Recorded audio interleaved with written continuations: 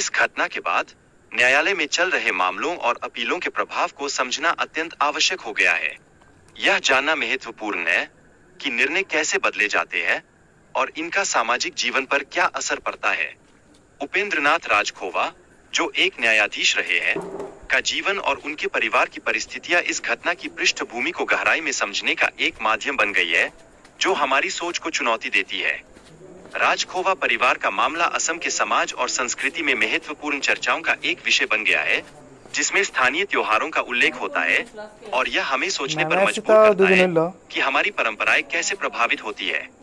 उपेंद्रनाथ ने अपनी बेटियों को गुवाहाटी वापस भेजने का निर्णय लिया ताकि वे अपनी परीक्षा की तैयारी कर सकें। यह निर्णय परिवार में तनाव का एक नया कारण बन गया, जिससे उनकी पारिवारिक संरचना में दरार सी दिखाई देने लगी। बरदा शर्मा की चिंता तब और बढ़ गई जब उपेंद्रनाथ का परिवार दिल्ली से वापस नहीं आया। उन्होंने कई बार संपर्क करने का प्रयास किया, लेकिन कोई ठोस प्रतिक्रिया नहीं मिली, जिससे उनके मन में अनिश्चितता के बादल घेरने लगे। बरदा शर्मा ने उपेंद्रनाथ के लापता होने की खोज में अदालत का दौरा किया। वहां उन्हें उपेंद्रनाथ के कुछ सामान और उनकी रहस्यमय स्थिति के बारे में जानकारी मिली, जिसने उनके मन में चिंता की एक नई लहर पैदा कर दी। उपेंद्रनाथ ने अपनी पत्नी और बेटी की मृत्यु के बाद अदम्य चिंता और दुर्ग का अनुभव किया। वह अपनी प्रियजनों को खोने के दर्द को सहन नहीं कर सके, जिसका असर उनके मानसिक स्वास्थ्य पर गंभीर रूप से पड़ा। उपेंद्रनाथ ने इस दुखद समाचार के बारे में अपनी बेटियों को बताने के लिए उन्हें बुलाया। यह एक ऐसा क्षण था जो उनके लिए बेहद कठिन और भावुक था, और यह उनके मन की गहराइयों को दर्शाता है।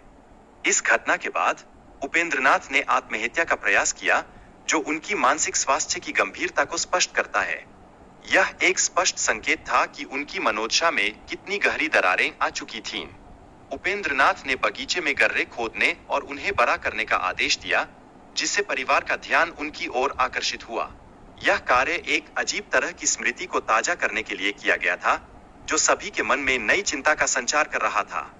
जब उपेंद्रनाथ की पत्नी ने बाथरूम के पास गर्रे को भरने का आदेश दिया, तब उपेंद्रनाथ का क्रोध भड़क उठता है।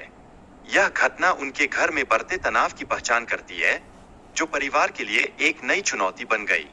सुबह के समय उपेंद्रनाथ का व्यवहार अजीब था, जब उन्होंने खुद कपड़े धोने का काम किया।